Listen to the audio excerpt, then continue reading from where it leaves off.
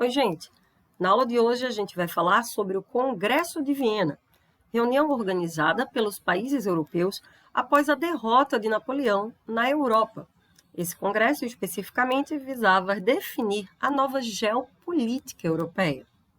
O Congresso de Viena foi realizado entre 1814 e 1815, e a questão principal não era exatamente o que fazer com a França derrotada, mas qual seria a melhor forma de tentar manter a antiga estrutura de regime europeu que se baseava nas monarquias europeias, mesmo depois da propagação dos ideais revolucionários franceses.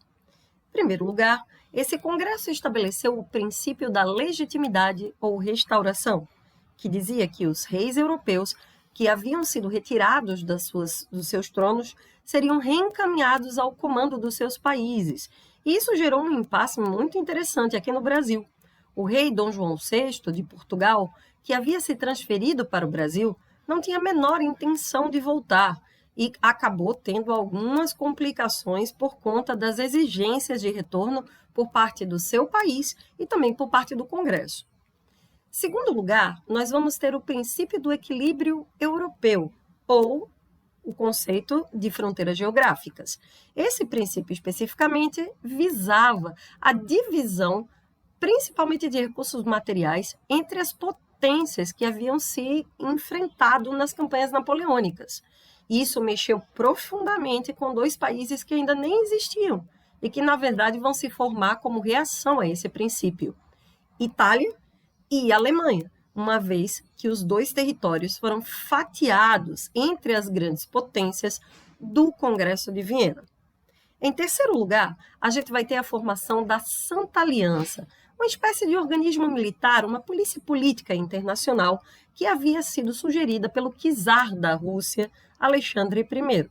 O grande objetivo desse mecanismo era exatamente combater toda e possível qualquer revolução liberal inspirada nos ideais da Revolução Francesa que acontecessem na Europa. Bom, esse movimento do Congresso de Viena, ele vai ter como oposição movimentos de caráter liberal, ou seja, movimentos que se levantavam contra a manutenção do antigo regime, e também movimentos de caráter nacionalista, que se revoltaram contra essa divisão da Europa por parte das grandes potências. Os movimentos nacionalistas vão nascer principalmente na Itália e na Alemanha. Bom, no final, o Congresso de Viena não chegou a atingir o seu objetivo. Por quê? Apesar da França revolucionária ter sido derrotada, pelo menos por enquanto, durante algum tempo, os princípios liberais continuaram a ser propagados e difundidos. Sabe por quem?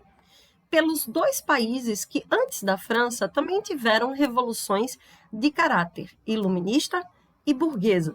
No caso, a Inglaterra, que incentivava a independência das colônias americanas, gerando prejuízo para as grandes potências europeias absolutistas, e também os Estados Unidos, primeira colônia a se tornar independente e estabelecer um governo de caráter liberal e baseado nos princípios iluministas, ok?